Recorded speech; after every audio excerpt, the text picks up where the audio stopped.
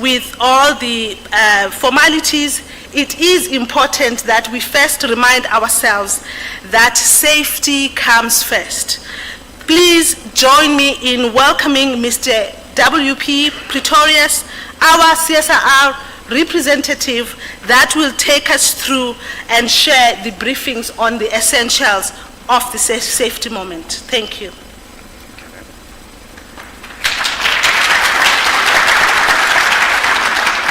Distinguished guests, ladies and gentlemen, a warm welcome to the CSR International Convention Center. I'm V.P. Pretorius, Safety and Setup Coordinator of the center. Before you proceed, I'm just going to give you a couple of health protocols as well as evacuation protocols of the center.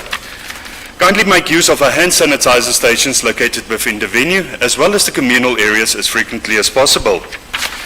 Should you fall ill or require medical attention, kindly report to the reception, whereby a first aid facility as well as qualified medics will be made available to you. In the unlikely event of an emergency, an alarm will sound throughout the building. Trained responders will give instructions on evacuation. Stay calm. Take only belongings that you can carry. Walk in an orderly manner. Do not run. Responders will lead you to an emergency exit, then to the assembly point. Restrooms are available throughout the building. Please look out for the signage. As this is a public building, please do not leave your valuables unattended. Free wireless internet access is available throughout the building. Please select free CSR ICC on your device. No password is required. For assistance, please call on any of our staff members who will contact the technician to provide support. Thank you. Enjoy your session. Thank you, Mr. Pretorius, for that safety moment.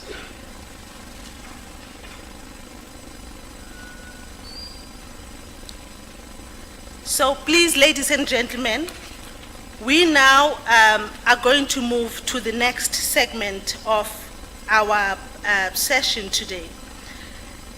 So, now to add a touch of inspiration and artistry in our morning, we have a special performance that truly embodies the spirit of creativity and excellence. Please join me in welcoming the talented choral and solo performers from our very own National School of Arts South Africa Choir. For over 50 years, this unique secondary school has been advancing talents of creativity with gifted learners from across South Africa. Today, they grace us with their harmonious voices, setting a perfect tone for our conference today. So, ladies and gentlemen, please welcome the National School of Arts Choir as they come on stage to perform. Thank you.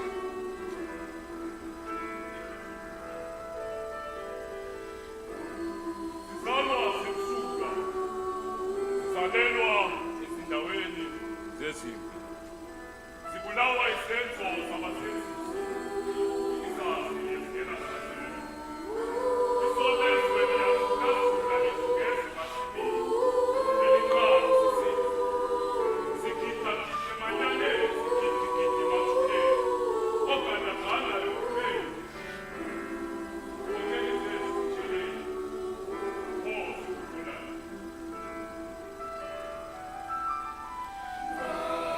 Thando kuphela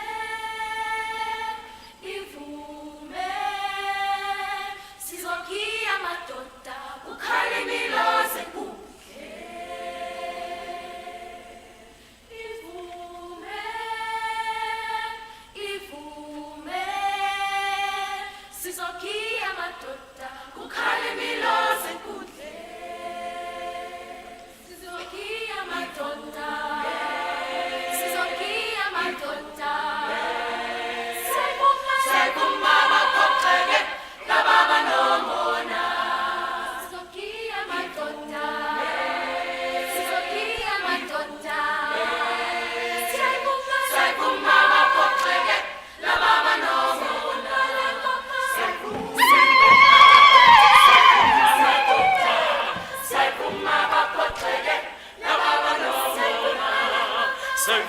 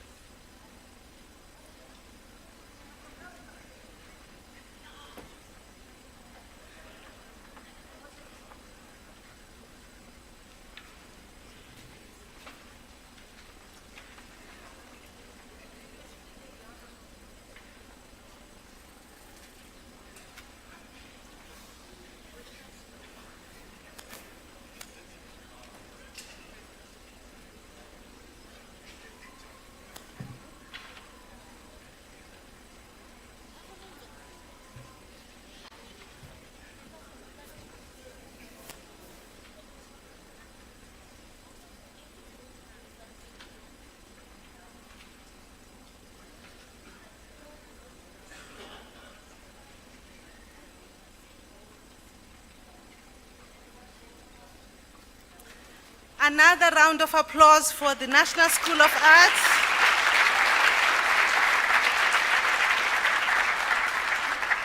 What a wonderful performance. I don't know if you listened. They said I was here, I lived, and it made me ponder, what are we going to say we were here for? So I guess it's something that we have to think about as we proceed today. So we are moving along with the program and beginning the official part of today as we transition from the arts to the science. So I would like us to dive into the program of today because we have lost a lot of time. We will proceed with today's proceedings. So the session that we have today is a celebration of South Africa's 30 years of democracy and the remarkable progress we have made in space science and technology. We will be hearing from our leaders from different organizations, from different departments in the field, who will share their insights on how space technologies have contributed to national development, enhance our democratic achievement, and have laid the groundwork for sustainable innovation.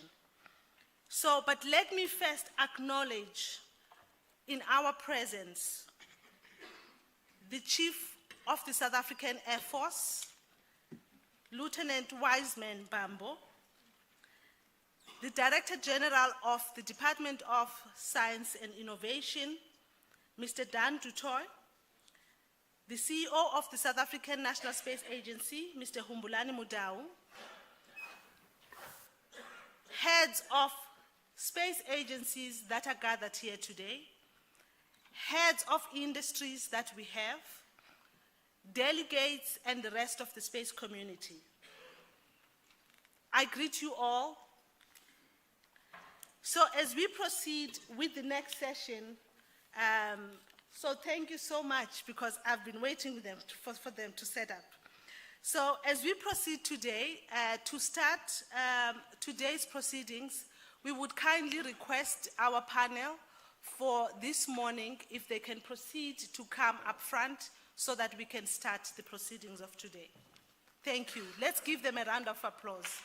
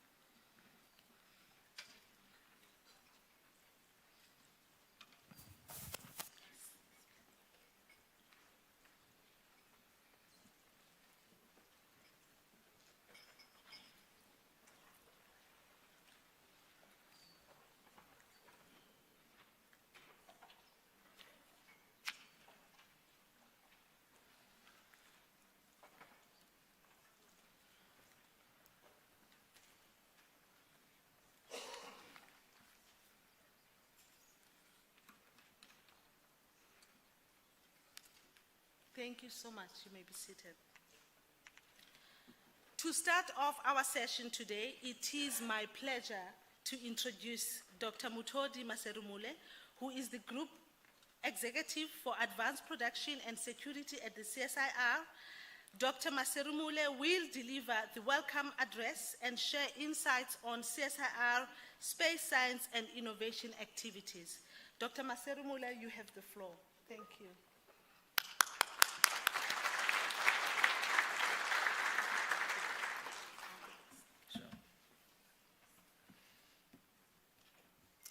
Good morning. Good morning. To the, thank you, Program Director, to the DG of Department of Science and Innovation, Mr. Dan du Toit, Chief of the South African Air Force, Lieutenant General Wiseman Bambo, CEO of the South African National Space Agency, Wamudau, Mr. Humbulani Mudau, Professor C.S. Mostert, CEO of Space Commercial Services, the African heads of space agencies. I'm told that we have a good representation from the African continent. In addition to South Africa, we have Angola, represented from Angola, the DRC, the Democratic Republic of Congo, Egypt, Gabon, Ghana, Kenya, Namibia, and South Sudan. Hopefully I haven't left anyone out.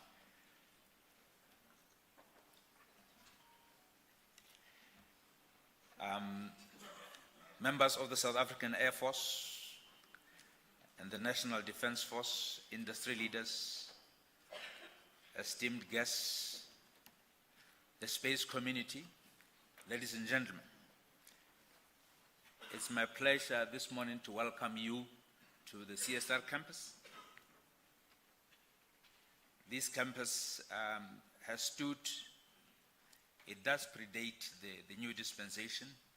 We are turning 8 years this coming year. So it was a creation of the state post-World War.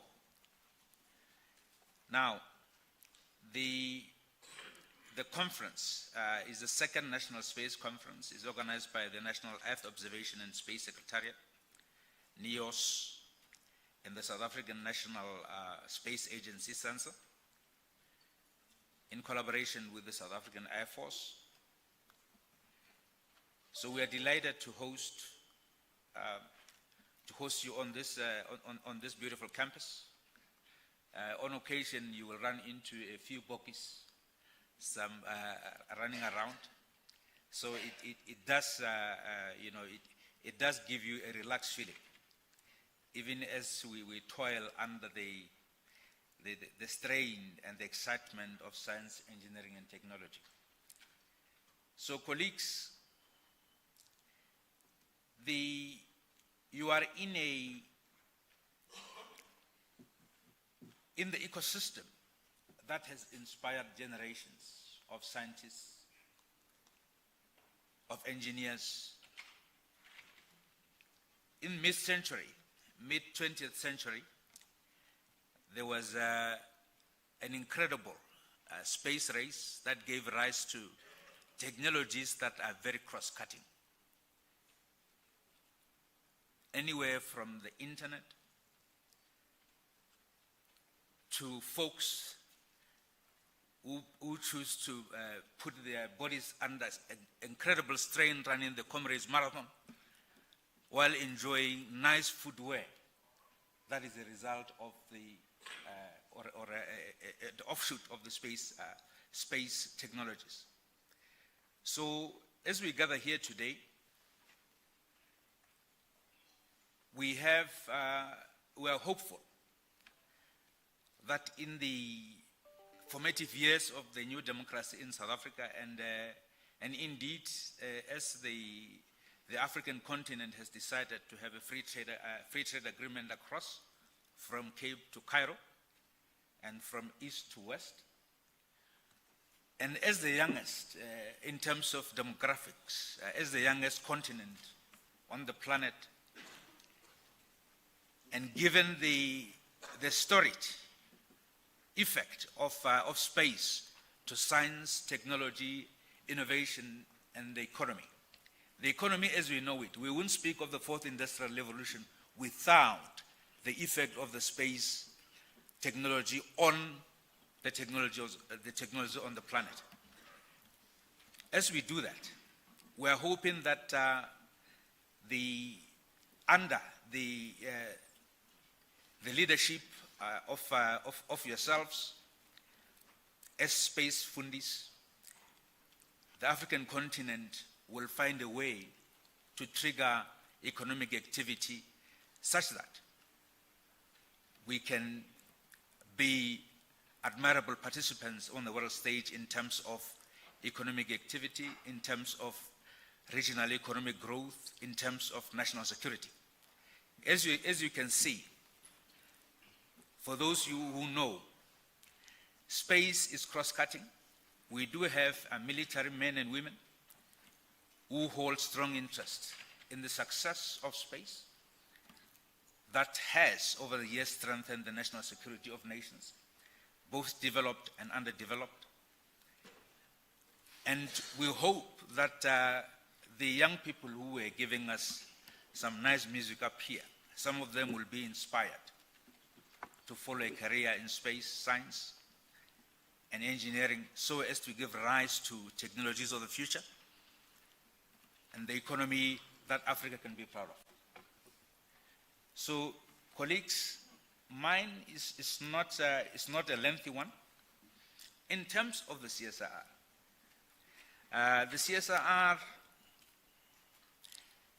the first CEO of the CSR, Wan Se-shon, in 1945, in the aftermath of the Second World War, wherein South Africa played a role in the formation of sensors that we now know as radar systems. He was tasked to start to be the founding CEO of the CSR. And today, just to latch onto that, today we have commercialized a radar system. We are commercializing a radar system that is wholly made out of, the core radar at least is wholly made out of South African IP from the CSR in collaboration with Hensoldt.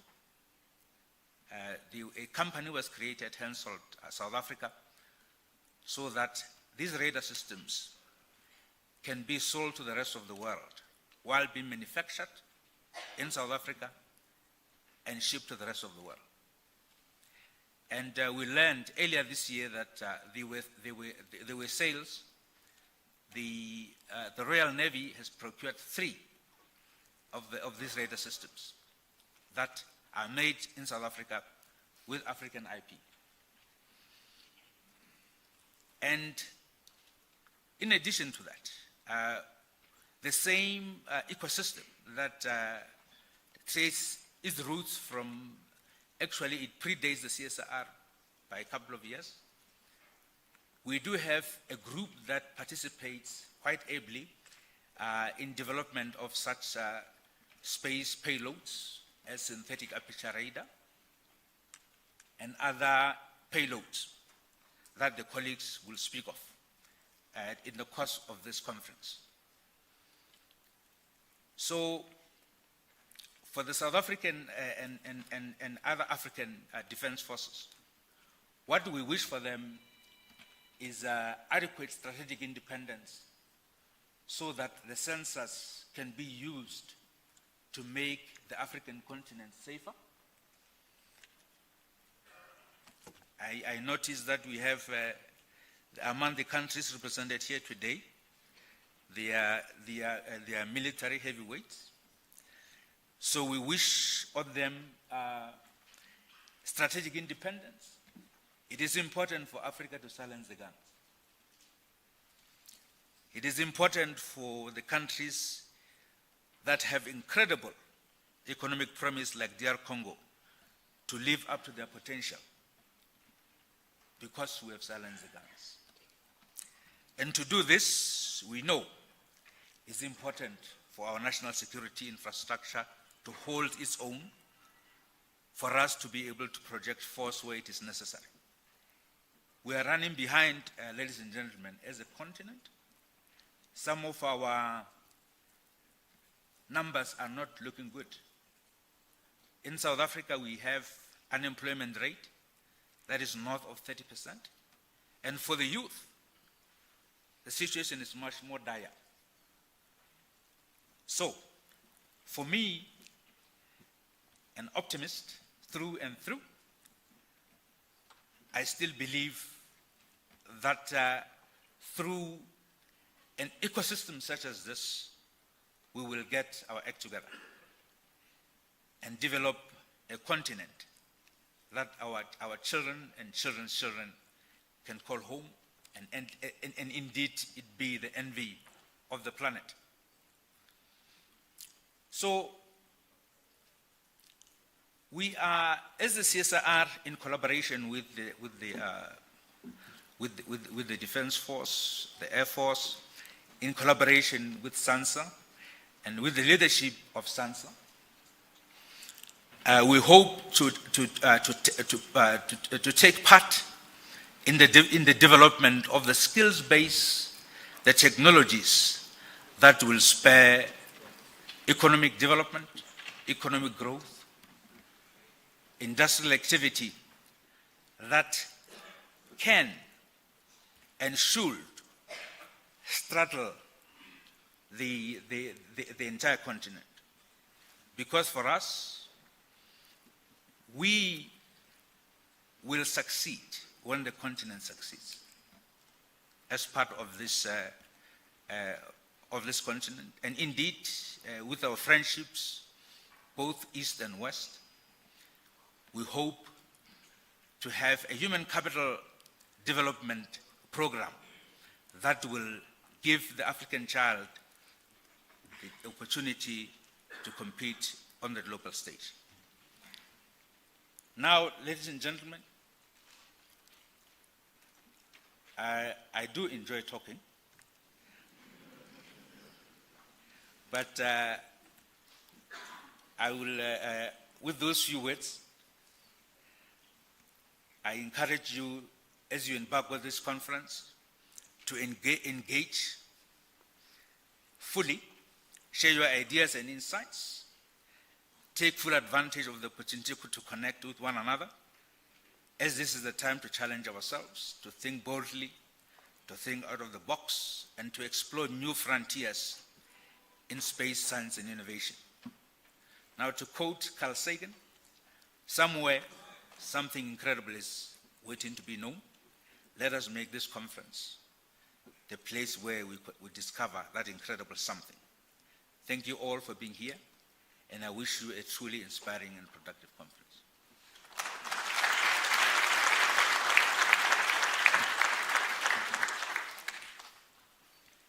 Another round of applause for Dr. Maseru Mule. Thank you so much for that inspiring welcome and for setting the stage for today's discussions. Now, moving along with the program, next we have Mr. Dan Dutoit, who is the Acting Director General from the Department of Science and Innovation. Mr. Dutoit will provide introductory remarks on the progress of South Africa has made in space science over the past 30 years and the vision for the future. Mr. Dutoit, you have the floor.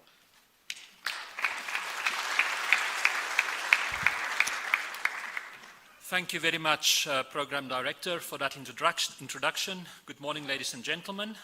The dignitaries have already been acknowledged, but I specifically want to recognize the Chief of the South African Air Force, Lieutenant General Mbambo, and the CEO of the South African National Space Agency, Mr. Umulani Madou, and then our dear friends and partners specifically from Africa partner nations.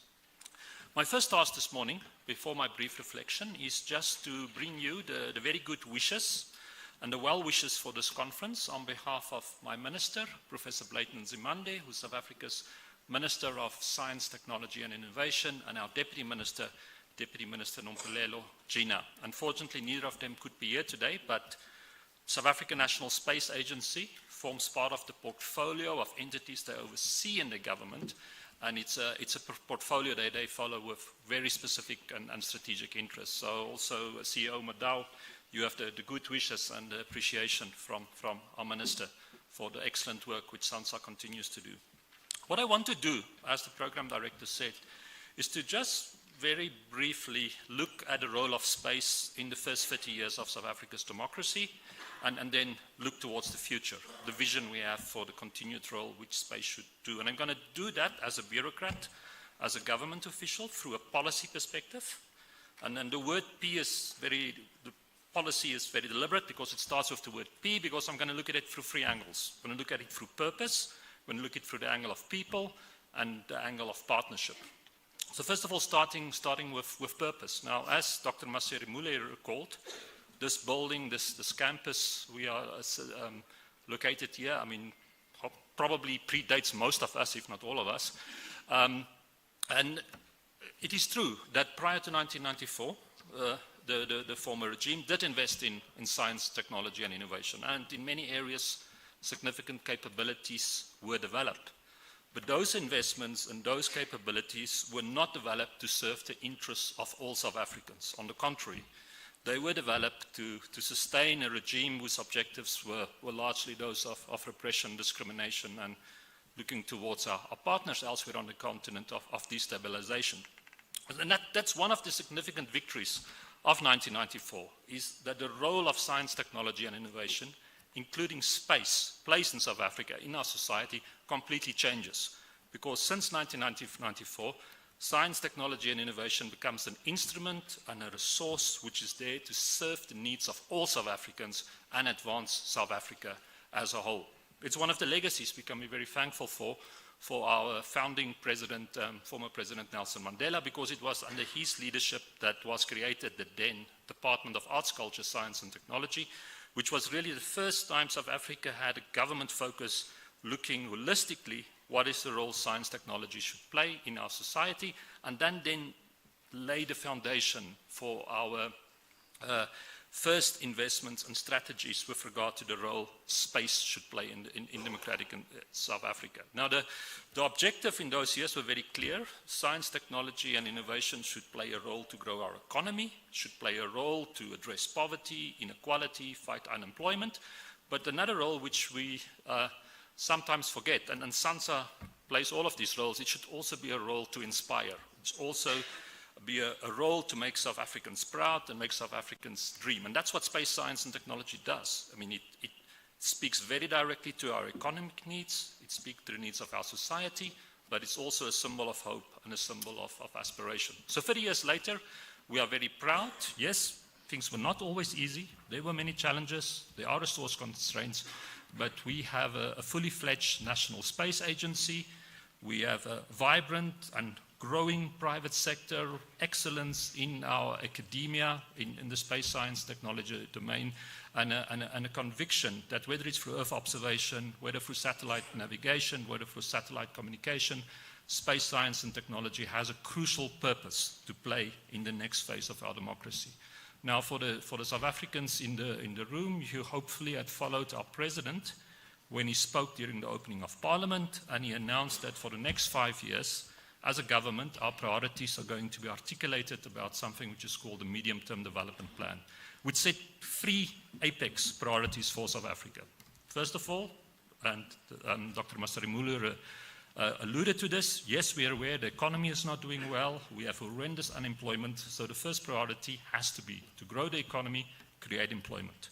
Second priority, continue to fight poverty, and improve the quality of living of all South Africans. And then as a third priority, make sure that the South African state as a collective, which is all forms of government, becomes truly a capable, a developmental, and an ethical developmental state. And in all 3 of those priorities, economic growth, fighting poverty, and reinforcing the capabilities of the state, all of us collectively, because we all of us collectively one team, has a crucial role to play, because space science and technology speaks to all of those 3 priorities. So over the past 30 years, we've had a clear purpose, and I do believe that that purpose remains valid, and it should be one we pursue with continued vigor.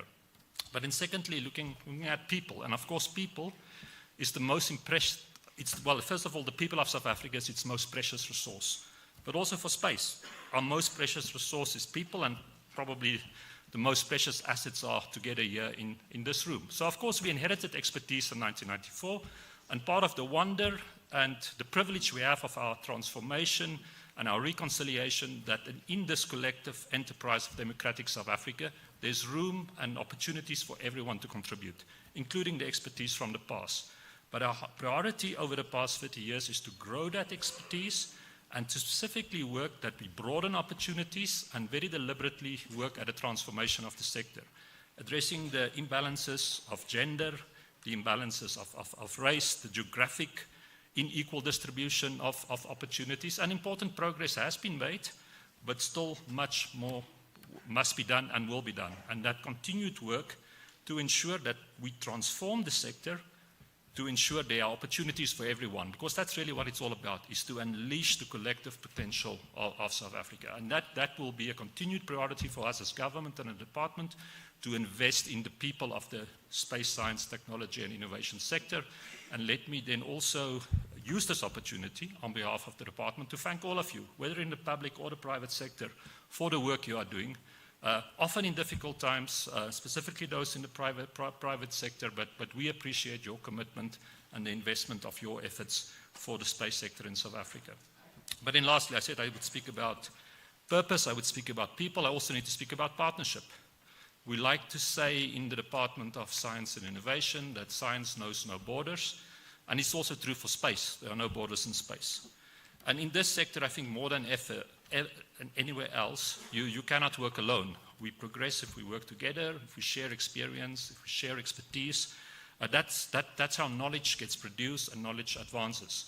And that was, after the isolation of the apartheid years, for us an important priority to grow partnerships and to make sure that South Africa plays its rightful part in the international space sector. But it's not only about international partnerships. It's first of all partnerships between us in the public sector, in government, and Lieutenant General. That's why we really value the partnership with the South African Air Force, and I would like to thank the Air Force for its support, but also the other sister departments in government, provincial, local government.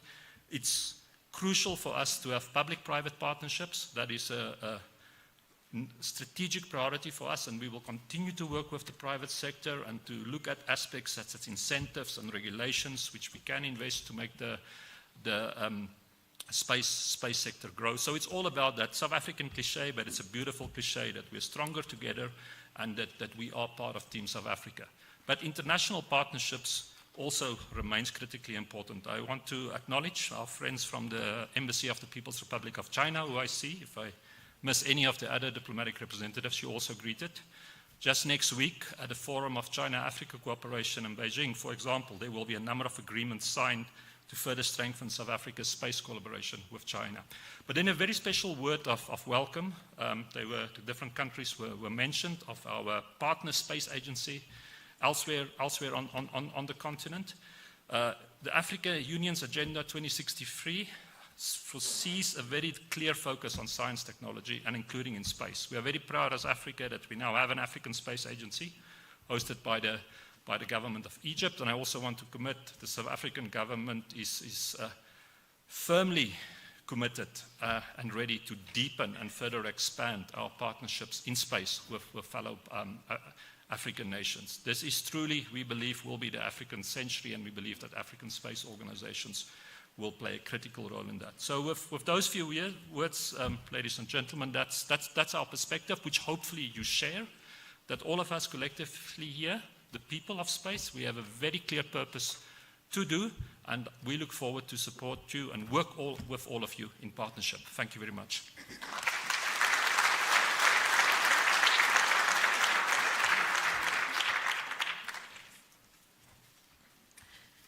Thank you so much, Mr. du Toit, for your insightful reflection on the democratic journey and the role that science plays in it.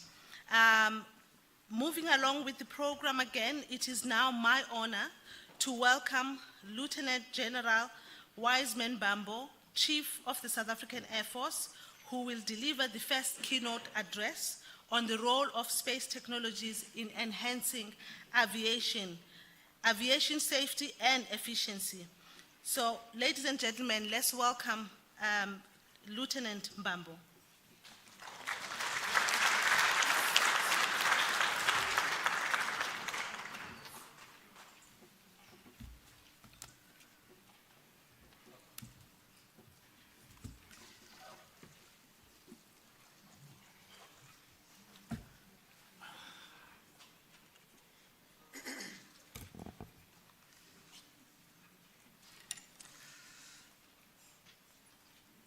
Mr. Dan du Toit, Acting Director, General Department of Science and Innovation, Dr. Rakishni Ramota, Acting Deputy Director General, Department of Science and Innovation, Dr. Mboneni Mufe, Deputy Director General, Department Science and Innovation, Mr. Umbulan Mdau, Chief Executive Officer, South African National Space Agency, Dr. Mutodi Maseremula, Group Executive Business Advanced Production and Security from CSIR, representatives from other African countries, members of the defense industry, members of the aerospace industry, members of space industry, members of the South African National Defence Force, ladies and gentlemen, a very good morning to all of you. Maybe I said something wrong. Good morning to all of you. Thank you so much. I'm Lieutenant General Wiseman Bambo, the Chief of the South African Air Force. On behalf of the Chief of the South African National Defence Force, General Ruzani Mapwanya, we as the members of the defense feel honored to be invited as partners in the National Space Conference.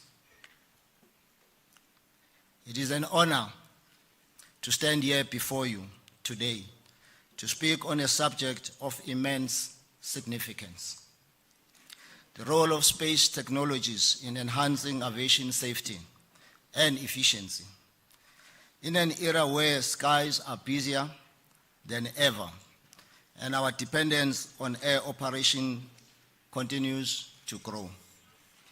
The integration of space-based technologies into military and civilian aviation is not just an innovation, it's a necessity. But before we talk about the role that space will play in ensuring safe, efficient aviation operations, I would like to take a moment to update you on the progress the South African Air Force has made since I last addressed this August grouping in achieving our journey to space. The South African Air Force is proud to be a partner in the South African Indigenous Launch Capability Steering Committee. As one of the founding members, this committee aims to harness the capabilities and innovations of our great nation to ensure that South Africa will have her own satellite launch capability before the end of the decade. The committee is a perfect example of collaboration as it brings together both public and private entities to achieve a national goal. I am sure that you will hear more of this endeavor from other speakers. We subscribe to Dennis Waitley's viewpoint, open quote, "No man or woman is an island. To exist just for yourself is meaningless.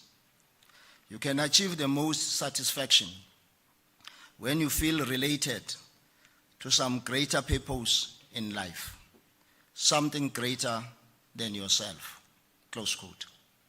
Indeed, the value of synergy between public and private space entities for a common national goal is indispensable.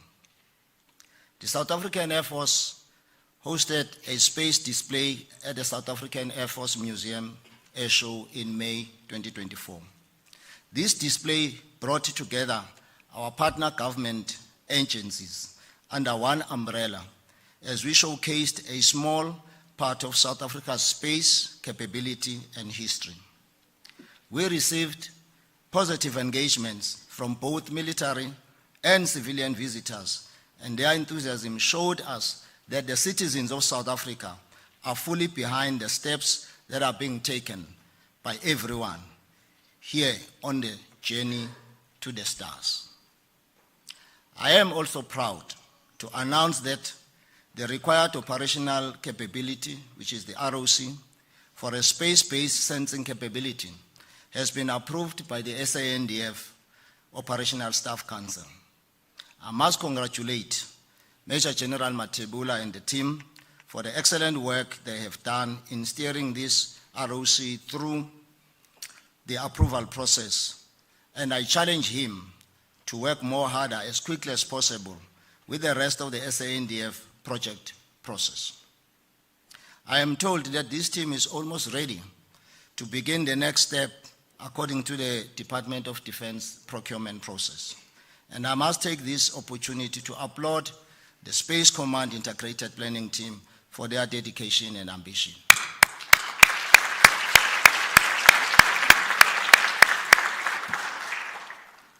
All of these activities have but one goal and focus: to enhance the operational capabilities of the SANDF.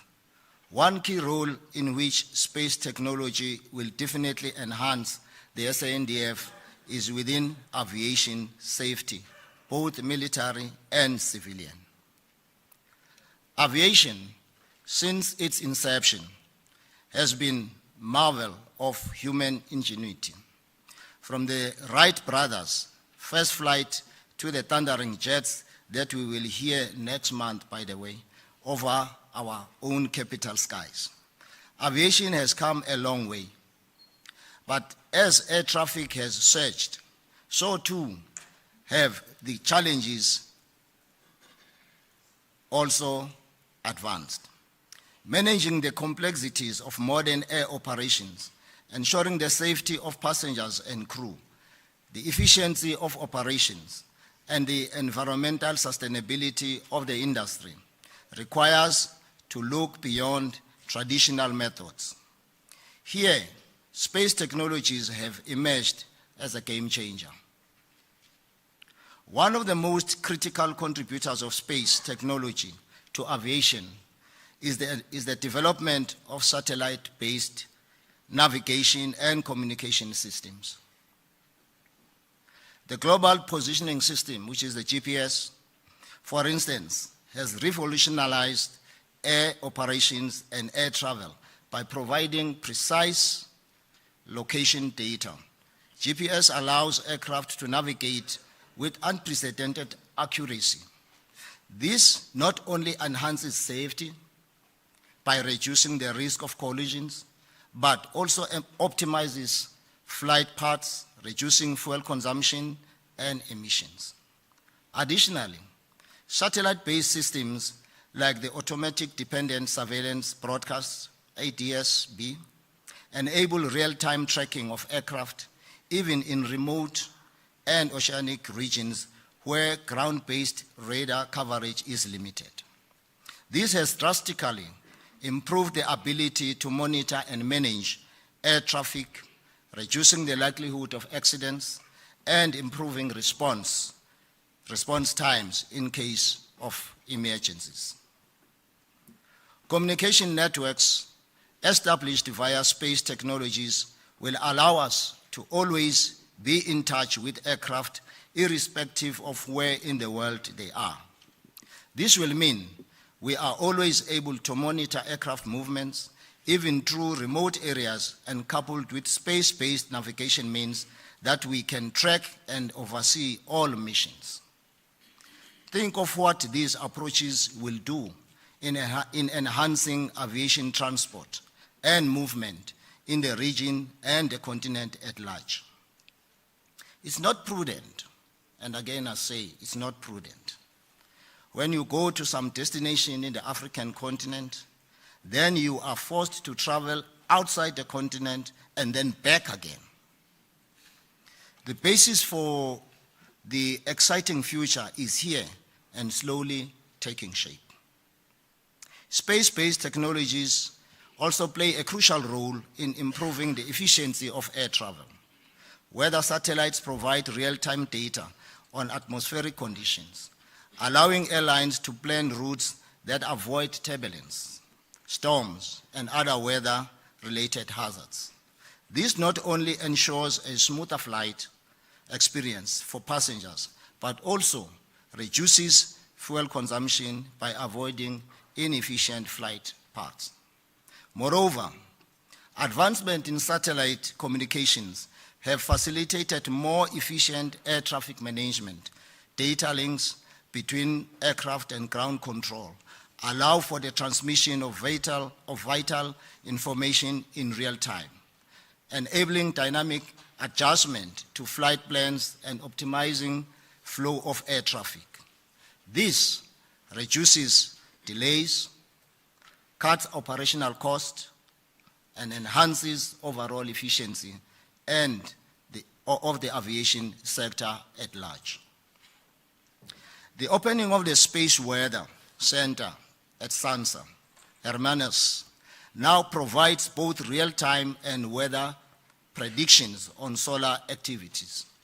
This will allow air traffic to ensure they are protected from solar flares and the impacts that will have on communications and navigation. As the world becomes increasingly aware of the need for the sustainable practices, space technologies offer solutions that align with environmental goals by optimizing flight paths and improving fuel efficiency. Satellite-based systems contribute to reducing the aviation industry's carbon footprint.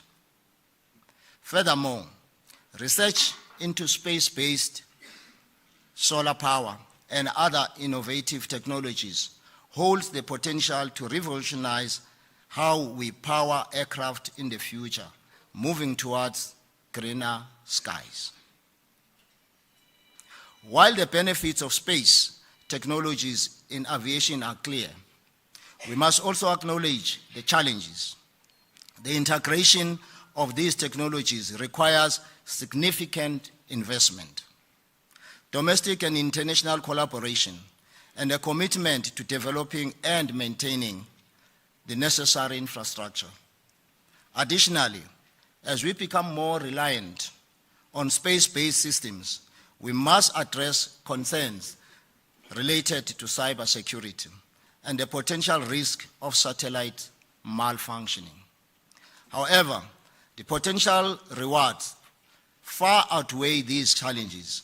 By continuing to innovate and invest in space technologies, we can make air operations safer, more efficient, and more sustainable for future generations. The role of space technologies in aviation is transformative. They are not just tools for improving navigation and communication. They are the foundation of a new era in aviation, one where safety, efficiency, and sustainability are paramount. As we look to the future, let us embrace these technologies and work together to ensure that the skies remain safe and open to all and accessible to all. I am looking forward to seeing all of you at the upcoming second Air and Space Power Symposium, which will be held on the 17th of September in conjunction with AAD 2024. At the symposium, I will delve in detail on the progress and future path regarding the establishment of the South African Air Force Space Command. As we journey towards this exciting destination of the stars, we leave you with the words of Nelson Mandela in the famous book, Long Walk to Freedom, open quote. There were many dark moments when my faith in humanity was sorely tested, but I would not and could not give myself up to despair. As a united space team, we do not have surrender or despair as part of our vocabulary. I thank you.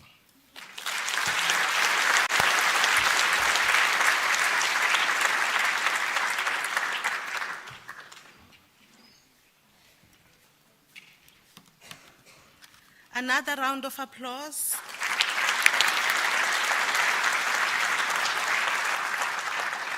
Thank you very much to the Lieutenant General Mbambo for your valuable perspectives, especially on how space technologies are vital for our national security, especially in aviation sectors. Thank you so much. Now for our second keynote address, I would like to introduce Mr. Humbulani Mudau, who is the Chief Executive Officer for the South African National Space Agency, who will be speaking to us on SANSA's decade of innovation in space science. A round of applause for him as he takes the stage.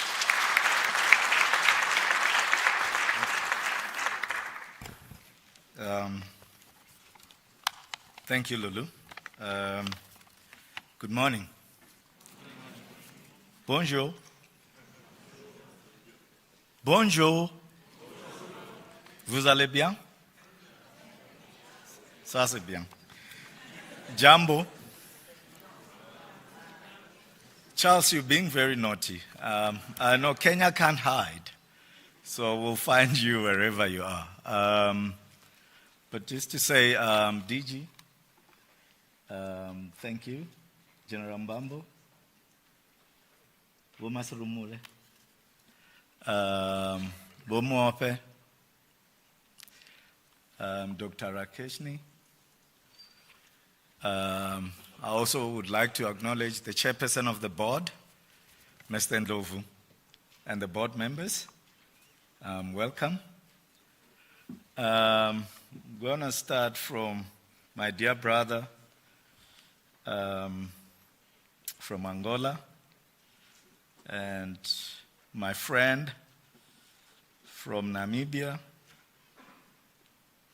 my compatriot from the DRC, my dear brother, Dr. Sedki, from ICSA, the Egyptian Space Agency,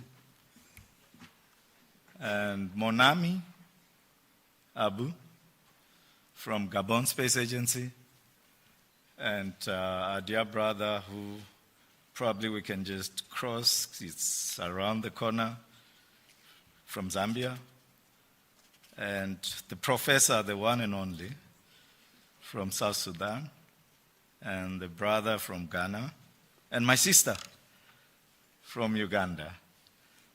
Charles is being naughty, but he's sitting somewhere there.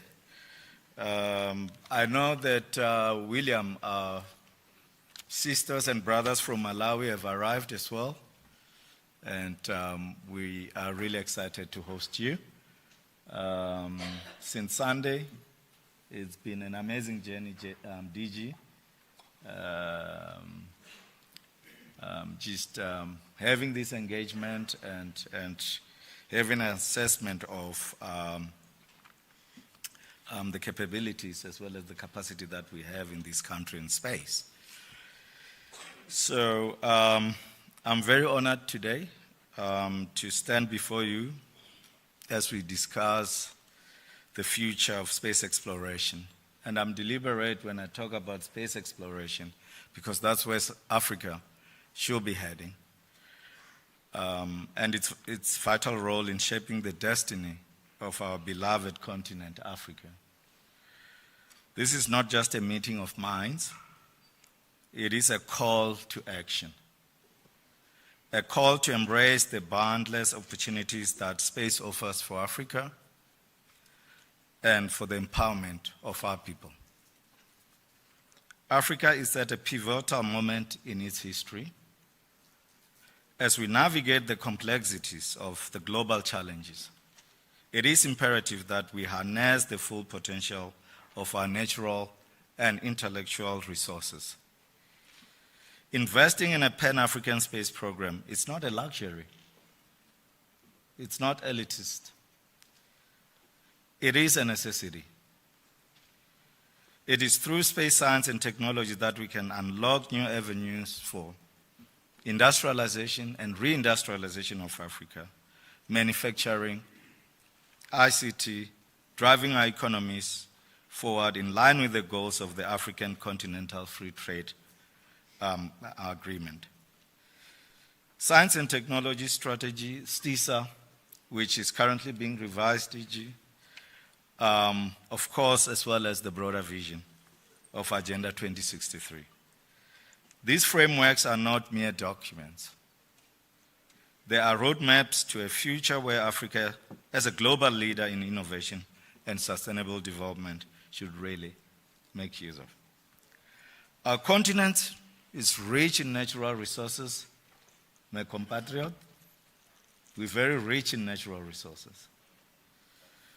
But the true wealth of Africa lies in our ability to transform these resources into technological advancement that serve our people. The Pan-African Space Program can be the engine that powers this transformation. By developing our capabilities in satellite technologies, Earth observation, and space exploration, we can address critical issues such as food security, energy production, and environmental sustainability. I just want to say, Sub-Saharan and most of the continent will be hit very hard by climate change, because climate change poses one of the greatest threats to Africa's development, particularly to the Sub-Saharan region. With its vast and diverse landscapes, Africa is particularly vulnerable to the effects of climate change, including droughts, floods, changing weather patterns, and SANSA's space-based technologies are at the forefront of efforts to combat these challenges. Our satellite data provides critical insights into weather patterns, helping farmers adapt to changing conditions and improve crop yields. We support disaster risk reduction by providing early warning systems and real-time monitoring of natural disasters, ensuring that governments and communities can respond swiftly and effectively. Ladies and gentlemen, furthermore, space technology is essential for managing water resources, a crucial concern in many parts of Africa. By monitoring rivers, lakes, and groundwater from space, we can ensure that this vital resource is used efficiently and sustainably. As we are already in the fourth industrial revolution, the integration of space technology with emerging digital technologies such as artificial intelligence, machine learning, the Internet of Things, big data analytics, and advanced robotics, as well as social sciences and humanities, becomes increasingly important as we move towards the provision of what we call Earth intelligence. These technologies are not just enhancing our space capabilities, they are revolutionizing how we respond to challenges on Earth. Over the next 3 days, we will demonstrate how we are harnessing space, science, and innovation for sustainability, and will further showcase the value that South Africa is deriving from government's deliberate efforts in supporting our national space program. In this regard, I would like to acknowledge recent investment made by the Department of Science, Technology and Innovation and National Treasury to bolster capacity for the effective implementation of South African space activities. You will recall at the inauguration of the National Space Conference last year, I alluded to the rising of a new era at SANSA, an era geared towards strengthening our engineering capacity and capability, the development of Earth intelligence tools to expand our value-added services, expanding our space operation services to support deep space exploration missions, establishing a fortified space weather capability through expanded applied research. Today, I'm delighted to report that we have indeed increased capacity in all our programs through new hires ranging from engineers in various domains, junior remote sensing scientists, and portfolio managers. We have concluded the contracting of commercial data providers for the acquisition of national high spatial resolution imagery to support government programs. Furthermore, in the coming few weeks, we will be announcing the winners of the funding support for our very proud Neo Frontiers program. And we'll be launching the second round of innovation support instrument to the tune of 15 million. This is very critical for startups, for new entrants, for transformation, and of course for bringing youth and women to contribute to the National Space Program. Our goal is to support the innovative development of a globally competitive space industry that will adequately service South Africa's societal grand challenges. The construction at our Deep Space Network site is taking shape, and our newly established 24 Space Weather Center is fully operational, servicing the African continent with pride. We are excited to inform you that as we advance in developing our local space capabilities, we are also fortunate to have established and nurtured global relations that are beginning to present opportunities for South Africa to play in areas such as human space flight, lunar exploration, space situational awareness and space traffic management, indigenous launching capabilities, and disruptive innovation techniques in areas that were otherwise not easily accessible to developing countries with limited space budget. The growth of SANSA is an incredible ongoing journey driven by commitment to harness space technology to support the development agenda of our government by offering groundbreaking quality services to the citizens of our country and the African continent at large. None of this achievement will be sustained without investing in our people. And therefore, inspiring the next generation is a non-negotiable for SANSA as we start building this pipeline talent. We must inspire the next generation of African scientists, engineers, and space leaders. This inspiration must begin early, reaching out to every child, particularly those in underserved communities. I want to take a moment to speak directly to the township girl or a village girl who may be listening today. To you, I say, the sky is not the limit.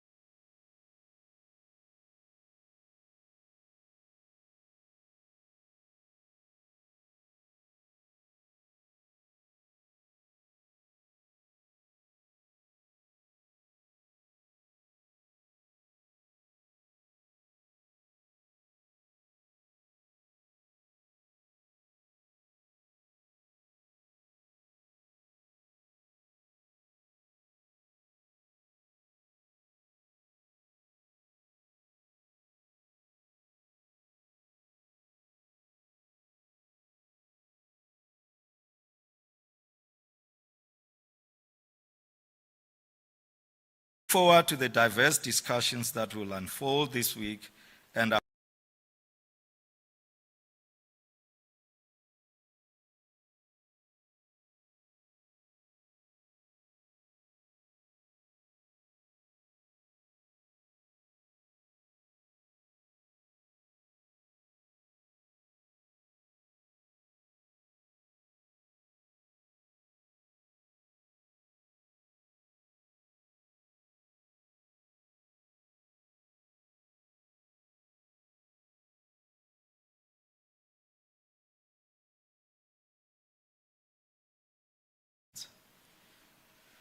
we should promote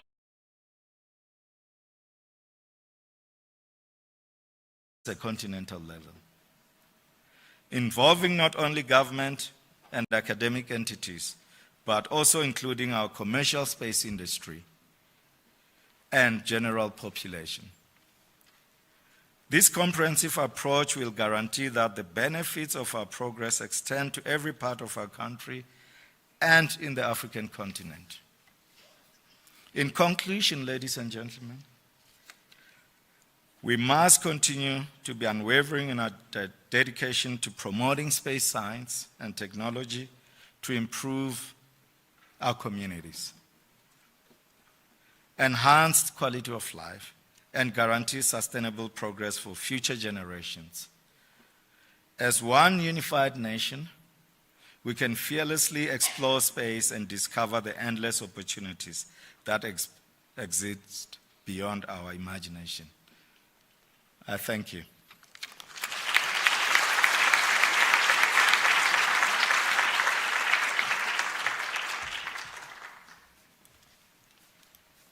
Thank you very much, Mr. Mudau, for sharing SANSA's journey in advancing space science in South Africa. Thank you so much. Moving along with the program, we now still have 2 items that are left for us before break. We will move on to the highlight presentation, which will be presented by Dr. C.S. Mostert, who is the founder and CEO of Space Commercial Services. Dr. Mostert will provide an overview of South Africa's industry journey in space science and innovation. Dr. Mostert, you have the floor. Thank you.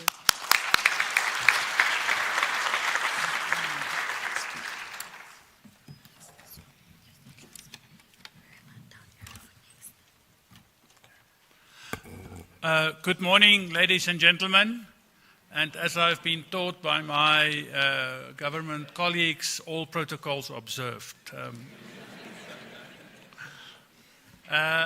Yes, so I've been asked to give an overview of the South African space industry, but allow me to introduce one of the new startups, SES Space, and what we do. So we focus on space infrastructure development, and now one can ask, what on earth is that? No, it's in space. We do 3 things. We have 4 things, in fact. We have a core capability in engineering services, and it's the higher level engineering services, because you will hear about all the other members of the South African space industry. We actually build satellites, but slowly. We build it so people can learn, because we do a lot of hands-on training, and then we use all these skills and we actually develop space infrastructure. Now, what is space infrastructure? We'll come to that as we go along. And we do the space infrastructure in partnership with many countries, and many countries also in Africa.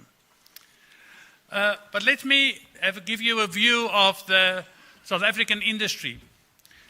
So this is a supply chain picture that came out of a study by the Department of Trade and Industry some time ago, I think 2019, just before COVID, lockdowns. And just look at all those blocks of all the bits and pieces that form part of the ecosystem of the South African space ecosystem. Unpacking it, research and development. One of the core activities, you heard the word innovation a number of times, Stellenbosch University, Cape Town Peninsula University of Technology. But so in the same vein, Cape Town University, UCT, University of Cape Town, they have been nurturing the radar capability that you have heard about earlier today from the CSIR. And tomorrow you will see a lot of the SAR, synthetic aperture radar activity that is being done in South Africa, and that's a result of UCT nurturing that. But at the same time, at Wits University, they are developing propulsion systems. Every now and again, there's a PhD student with a propulsion system. At UKZN, they're actually building complete launch vehicles and sounding rockets. At Pretoria University, they are doing things in coding and communication technology, and so I can go on. All the universities actually contribute. Then we get to one of the major success stories, subsystem and component manufacture. Well, we don't have one optical payload supplier in competitively global. We have 2. And assuming that the people that told me this information, I didn't verify it, that between them they've got 90% of the market, global market, for small optical payloads for nano and micro satellites. Amazing, amazing.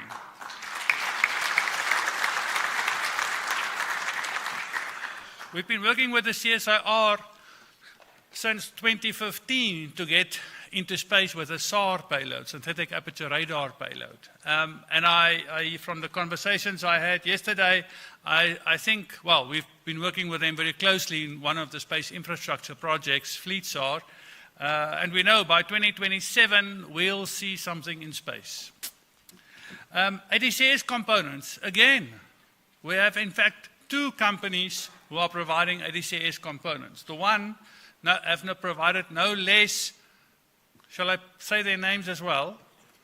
Yes, sure. So I've talked about Samira, Sense, I've talked about Dragonfly, I've talked about the CSIR by name. So now I'm getting to New Space Systems. So New Space Systems has supplied more than 2,000 components that's flying in space. They have an order book of 8,000.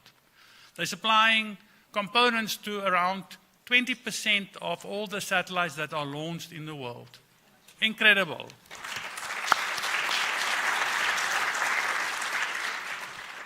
ADCS Systems. We have a company that provides ADCS systems. Is CubeSpace here? I haven't seen them yet. So they sell most of the university satellites in the United States of America, you know them, are actually coming from South Africa. Remarkable. Both of those companies have recently received investment money. High-speed data. We have, in fact, 2 companies providing high-speed data, 2.5 gigabits per second, if you want to be that fast. CubeCom is the smaller company, and of course, Dragonfly also has it on their catalog. But we also built satellites. Now, it turns out that building satellites is a little bit more difficult than building components. And we'll come back to that. We'll circle back to this, because this is one of the conundrums of the satellite industry. But the team, Dragonfly Aerospace, supply complete satellites. Astrophica provide AIT services. Of course, SES Space also provides smaller satellites. And then, in fact, 2 companies that are represented in South Africa. One is Clyde Space, and one is ISIS BV, ISIS Space BV, who also provide nanosatellites. Ground stations. The SANSA Space Operations have a long history in operating, building, deploying, temporary deploying ground stations. There's even private ground stations coming up in the context of Pink Matter. But what underpins this, so people ask me, so why is this African space possible? It's because we've been doing human capital development since 1990. 1990, people were sent overseas. 1991, it was talk about establishing a program at Stellenbosch University. 1992, it actually kicked off. And we spent 97 years building Sunset, the very first satellite in South Africa. But we didn't stop there. Today, Stellenbosch University is still producing graduates that are doing their master's theses on satellites, on space technology. CPUG have joined that. UCT are doing that. And that's in fact the heart of why it's possible. Then, of course, in 2010, 20 years after we started the space industry outside of the defense industry in South Africa, SANSA was formed. And the DSI is in support, and there's the South African Council for Space Affairs. And the question is, how does those institutions contribute to making space and the benefit of space more sustainable in the context of South Africa? But it's all about the end users, and that's why I'm really impressed. Last year when I came to this conference, I said, what? The room is full. It's incredible. I must compliment NEOS for nurturing the process of people understanding how space can benefit to them.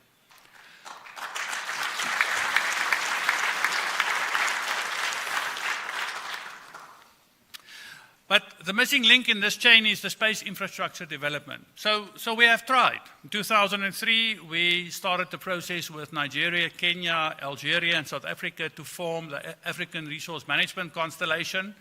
Multilateral agreement signed in 2009. In total, 3 satellites were actually built as part of that, 1 by Nigeria and 2 by Algeria. South Africa is building its ARMC satellite now, 2024, 25. So to establish space infrastructure is really difficult because one satellite doesn't constitute an operational capability. Oh, did I say something wrong? Yeah? But that's the hard reality. One satellite proves that you have mastered the technology. One satellite proves that you have the team that can do it. But as Dr. Moses Cho told me earlier this morning, it's so sad that Sumandela had such a short lifetime because it doesn't allow users to get operational access to data. And that's the heart of the solution. You need space infrastructure to get users' operational data. Otherwise, Treasury have a hard time motivating why do you want money to build your second satellite? Okay, but in Africa, we're just part of a big family. And you can see of the 58 countries, this is Space in Africa's information, 55 satellites have been built by African engineers. Looking at it the pictorial way, there's some satellites built in Algeria, in Egypt. There's satellites built in Nigeria, in Kenya. There's 1U satellites built in a number more countries.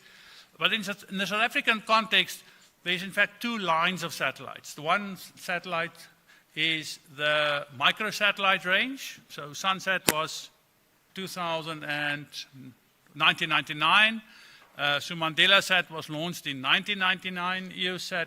EOS Sat is a private satellite. Was launched, Brian, last year. Yeah, 2023.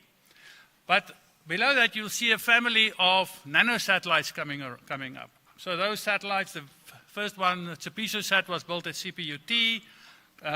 NSITE 1, and we'll circle back to NSITE 1, and Aerosat was built and launched in 2017 as part of the QB50 constellation.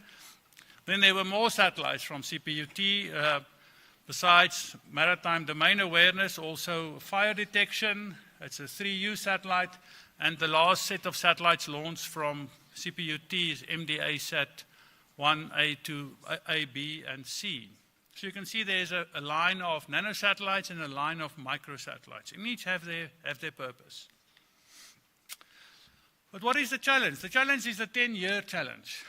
If you only have political satellite motivation, then you find that once every 10 years you can build a satellite. And that's very simple. It takes 10 years to forget. It's also why you have a financial crisis every 10 years. Same logic.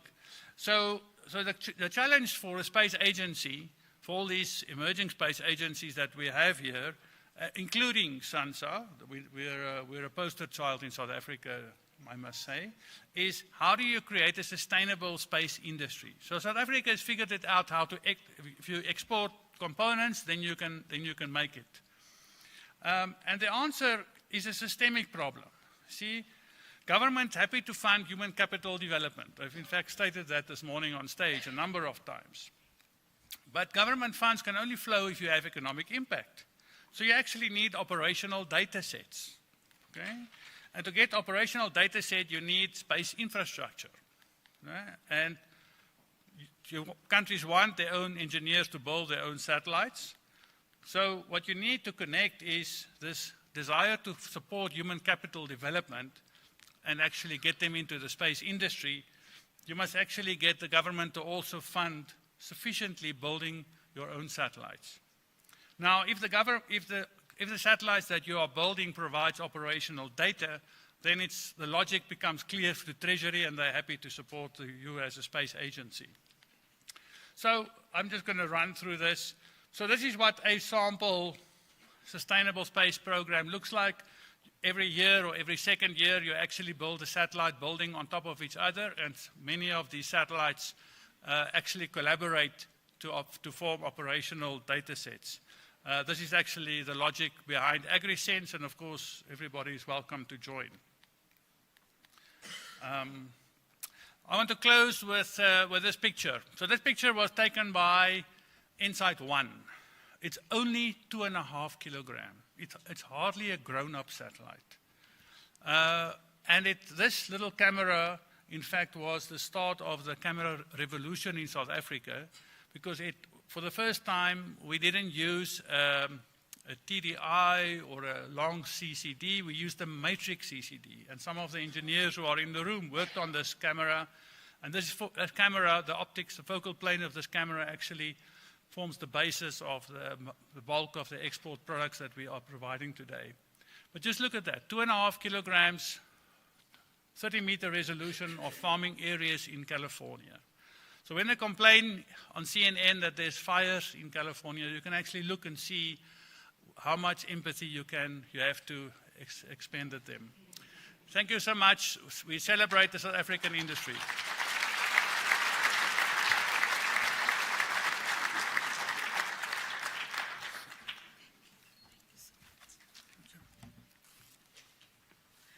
Let's give him another round of applause. Thank you so much for that comprehensive overview of our industry's achievements. You know, we can see that we have a rich heritage indeed, and it's really exciting. To close this session, we have a special launch event. It is my pleasure to introduce Prof. Moses Cho from the CSIR, who is a leading expert in remote sensing and precision agriculture. He will present and officially launch the Precision Agriculture Information System. The innovation system is set to revolutionize the way we approach agricultural practices in South Africa by integrating advanced space technologies. Prof. Cho, you have the floor.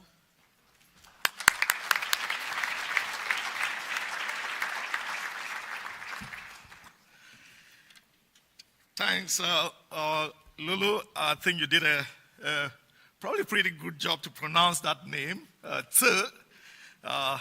My surname is quite short, but difficult to pronounce. If you want to get it right, think of Tsepo, and then the first part of Tsepo is my name, Tse.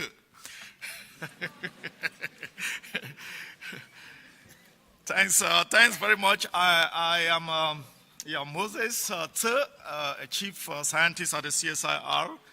I also lead the group called a Precision Agriculture Research Group, which sits within a cluster at the CSIR called the Advanced Agriculture and Food Cluster. And we also sit within a division, Advanced Life and Science and Chemistry. May I say, also follow the QAll protocol observed, and in the interest of time, Dumelang Saimbonani. So, exciting times for the South African agriculture. I'm here on behalf of the CSIR and on behalf of my team to present the Precision Agriculture Information System.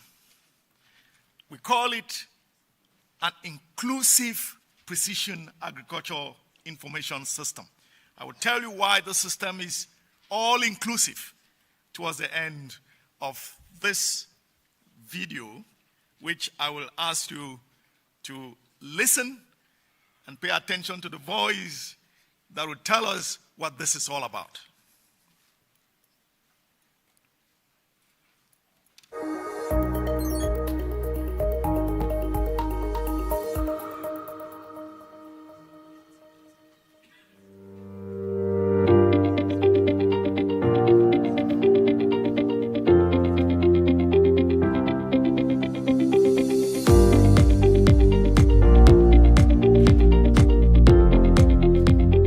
CSIR researchers are introducing smart farming solutions to develop the country's agriculture and associated processing industries for inclusive and sustainable growth. Powered by 4IR technologies such as big data analytics, artificial intelligence, drones and other sensor technologies, which include satellites. The CSIR, in collaboration with the Department of Science and Innovation and the Agricultural Research Council, are developing a precision agriculture information system that will support farmers with near real-time information to enhance decision-making on the farm. These transformative technologies will help farmers, particularly on climate change-related issues, which include pests and drought, to labor management, as well as environmental monitoring. This is needed particularly for small-scale farmers, whose productivity is easily affected by changes in the environment. Farmers face a lot of challenges, including climate variability, increased cost of farm inputs, emergence of new disease, pests like your armyworms, water security issues. And so all these challenges, they impact on the productivity of the crop and also the profitability of running the farming operations. With this project, we are seeking to develop digital solutions that can mitigate the impact of these challenges on the actual running of the farm. We are using different remote sensing technologies to collect data on the farm. We have satellite sensor in space that regularly collects data. Satellite sensor, for instance, like Sentinel-2, they collect images on Earth every 5th day. And we can also deploy drones. The drone data can be used for monitoring the crop condition, the soil condition on the farm. And so we're able to collect high-resolution images with a drone that can show us in details the condition of the crop, and we are able to see areas where the crop could be suffering from nutrient stress or disease stress or water stress. So that's the type of information that can be extracted from the drone data.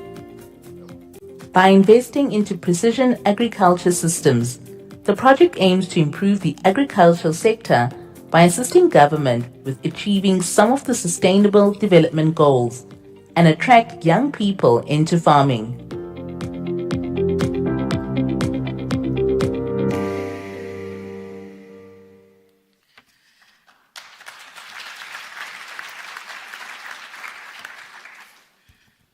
Thank you. So it is a system that we've developed, and it's inclusive, and our goal is to encourage and enhance and foster precision agriculture in the country. And from that picture there, that's a map of a farm somewhere in Vereeniging. That's about 100 hectares. And you can see that we can generate a map of the nutrient distribution and variability across that farm. And that farmer can then apply fertilizer according to that map. That will help the farmer to minimize the cost of the input, and the end goal is more money into the pockets of the farmer. And this is information that small-scale farmers and new commercial farmers into the sector have hardly have access to. So the Precision Agriculture Information System, as we heard in the video, is very inclusive. Inclusive in a sense that we have taken time to craft the system in such a way that it responds to the needs of everyone, from the small-scale farmers to the commercial farmers. Both the young and the older generation farmers can use the system. We've tried it in the field for over 3 years. The commercial farmers and non-commercial farmers can also use the system, but the system will encourage the new farmers to get into the commercial space. It's a system that can be used by both men and women. It's a system that is valuable to both the upstream and downstream users, from your farmers to your input suppliers, your fertilizer, your seed suppliers, to your banks, financial institutions that want to de-risk their operations. That is how inclusive the system is. And Today, we're launching the system because we want to then open the system to the public, and we've worked with our colleagues in the defense unit of the CSIR to ensure its security, to ensure that the data that goes into the system is secure. We don't want private data to end up in public space. So there's a login page, and when you log in, you will enjoy a very, very simple system, but very rich in information content. For example, there you find a map of soil pH distribution across a field that helps the farmer to understand the field and where to apply lime. And you find in the drop-down menu there, you find other soil variables that can be displayed, and we can provide the statistics. The system provides the statistics over that field. And one of the interesting variables we're predicting is the crop yield 2 months before harvest.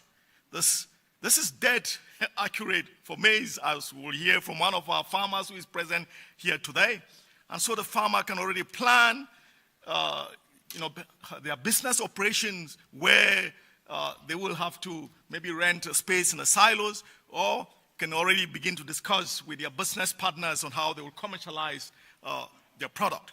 I think I would invite one of our esteemed farmers who've worked with her for over 3 years, and she's had on-the-ground experience with the Precision Agriculture Information System. Who can better talk about this system and how valuable it is than Mama Maria Malango of Asake Agricultural Enterprise, close to Bronco Spirit. Mama, you're welcome on stage.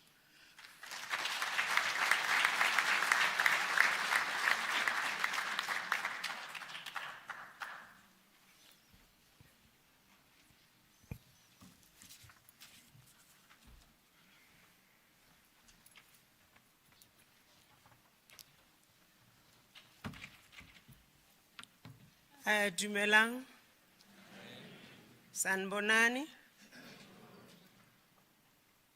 good morning, Goeiemorgen, and all protocol observed.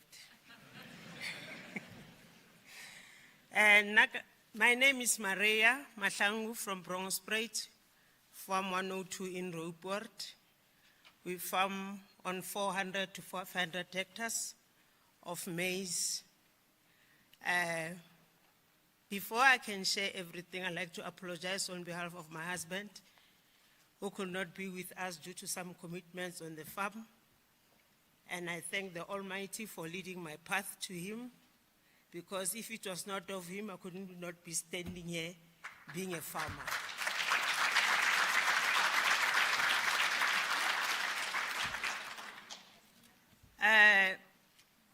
First of all, I'd like to thank this innovation of science to our farms, to us as Asake Cooperative. We first met Mr. Sabelo was before the 20s, before even Corona, where we were farming very hard and then not having this information. And then farming was very, very painful, because we take our services, our loans, put it on the land that will not produce any form of proper yield. But thank to God and thank for SAB breweries, because when I met Sabelo, it was when we were planting maize for SAB to produce liquor.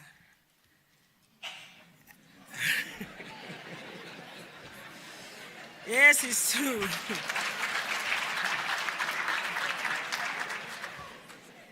We have been through thick and thin. It is a milestone. But we are not making any money. We are just making peanuts. And we are not planting the expected hectares because the acid on the ground was too much. And then we could not even know, because this information was really hidden to us. It was painful. You can see being a farmer is not a nice thing. You take risk always. But the introduction of the CSIR to us, farmers, when they came there, it was painful, guys. They come with maps to our farms, start explaining to Maria, you see this red, this yellow, this what. It was very not interesting. It was very, Sabel, we are wasting my time. Because we just want to work and get what we want. But because we kancane, ukbekezela. That's why always I say farming needs people who have passion. And farming doesn't need any popo people. Popo we are awufuna ukuvuka wele futhi. Kosuwe uvuka uthatha uhambe. So through these things sithethe sahamba. NSC siyahamba. We are going and we will be going. Thank you for inviting us to come and share the true story of the matter about this.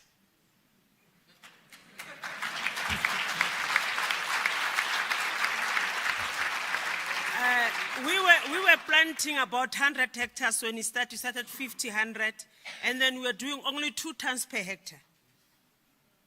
So painful, so disappointing. But came now the CSIR. We now can plant and produce 8 tons, that's average, on a dry land.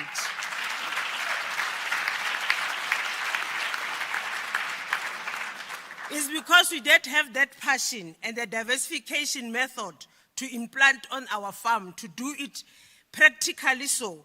Because planting the maize right through, they were not even improving the acidity on the soil.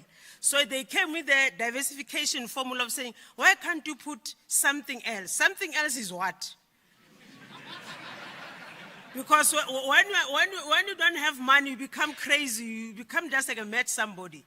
Then we said, okay, we do what? Okay, something like legumes.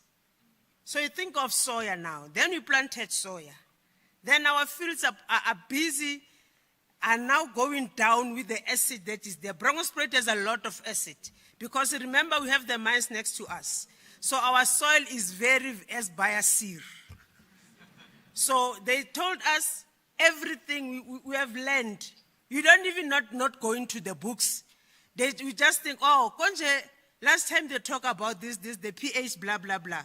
So we even talk better with our suppliers. We are putting 3 bags per hectare of fertilizer, 434.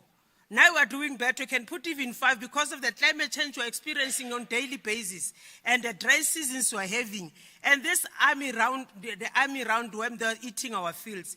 We are now not planting the non-BR. We are planting the BR because we are afraid of the worms. Because of these technologies, we are now going up. But you just pray hard. Because I told Mr. Moses, there's nothing to write.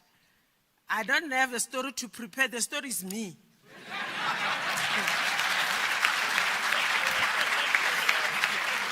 So, by so saying, I just say to the government and the people concerned, to the people who are busy with the CIR, please, because it's nice to launch something when it's being launched. The government and all those officials, the people with charisma will just take it out, say, no, it's not working. For us, it's really working. The space guy, Mr. I forgot, it's really working. So with this little few words of mine, I really want to tell you guys that please, whatever politics, whatever you come across with, don't remove this to our farmers because the country will die of hunger. I thank you all.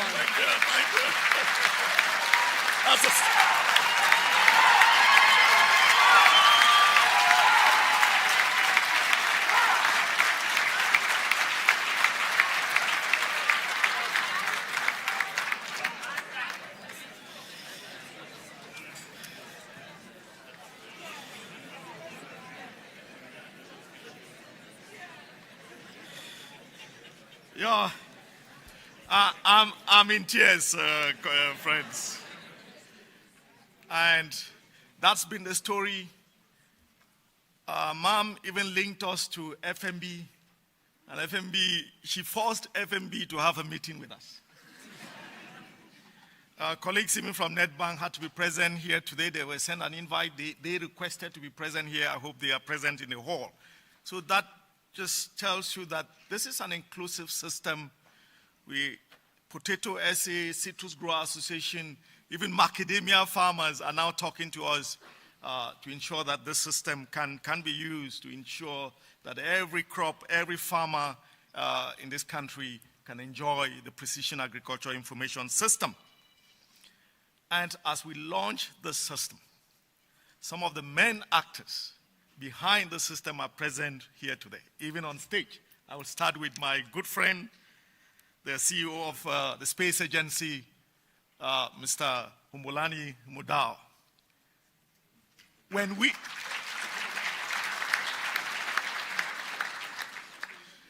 we presented a concept to him, he didn't hesitate to say, CSR, Moses, and your team, march ahead. I will do what I can with the department. And he convenes the department and mobilized resources to support the development of the system. The CSR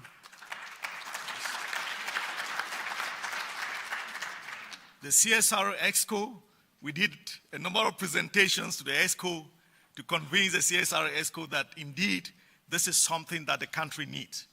And they put in quite a lot of resources in the past 3-4 years for us to get to this point. We will not forget the many farmers across the country who have collaborated with us, because all of this needs calibration of the satellite data with ground information. We couldn't have achieved this without strong collaborations from farmers and farming associations, FarmSol, and you can name the rest, and from our individual farmers who've generated data to build a system that is now accurately predicting.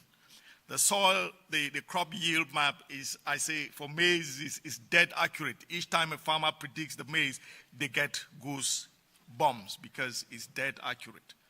So we want to thank the DSI, the CSIR, the ARC, and all our collaborators who have supported us.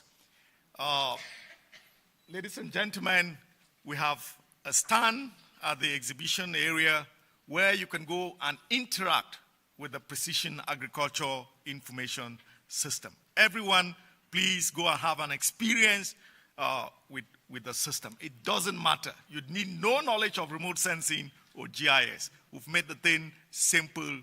And our new program, colleagues and the director of SANSA, is empowering every farmer in this country to have access to the precision agriculture information system. That's our mission. Thank you very much.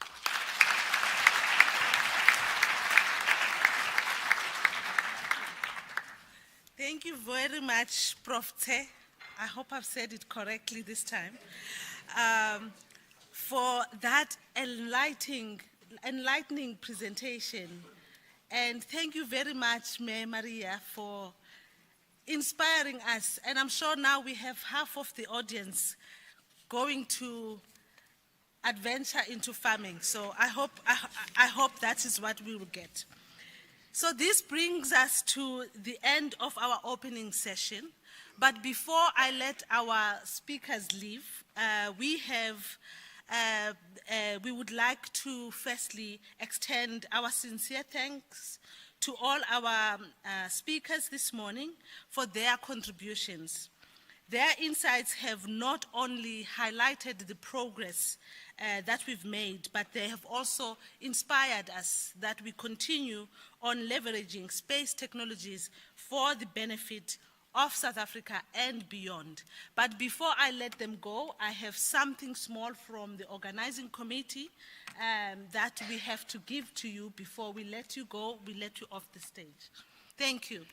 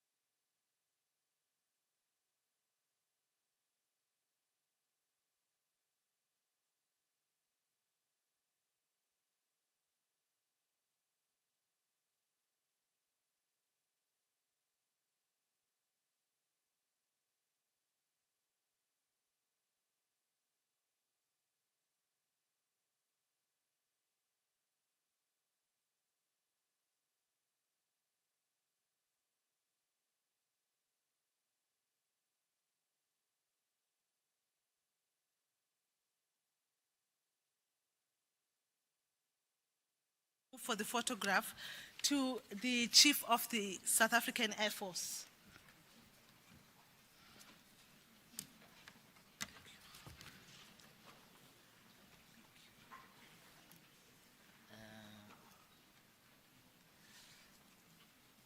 No, I'm not delivering the second speech, no.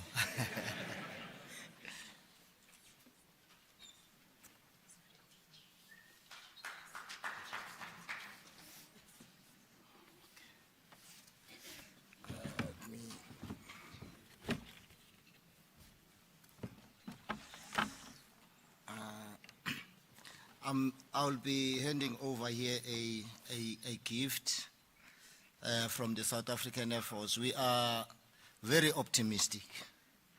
Despite all the challenges, we are very optimistic that the challenges that we can see now are not blinding us to see where we want to go. And this is the spirit in the Air Force. We are forging ahead to be the space power Air Force. So this is the symbol here. And the slogan that we have, it says, "Free the Eagle." When we say free the eagle, it's actually a mindset thing. That you need to free your mind if you want to get somewhere very high. You can't get there if your mind is closed. Actually, the mind works like a parachute. It works well when it's open. So it's a free the eagle. I want to present that to you, Vici. Yes. Thank you for that inspiration. We look forward to the photograph. Thank you very much.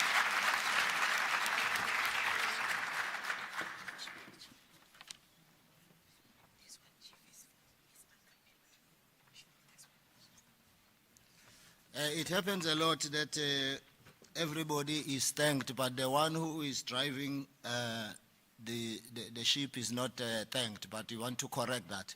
To the program director, I want to say thank you.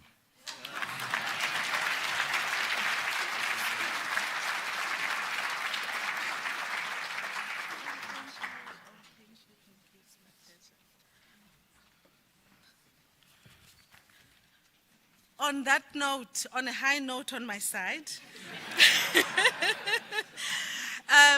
you know, we just have just a few things within the time of the break. The first one is the photograph that we would like to take as a group outside with the hope that everybody can fit. And we are also asking kindly, our opening ceremony speakers, if they can join us in that photograph, we would really appreciate.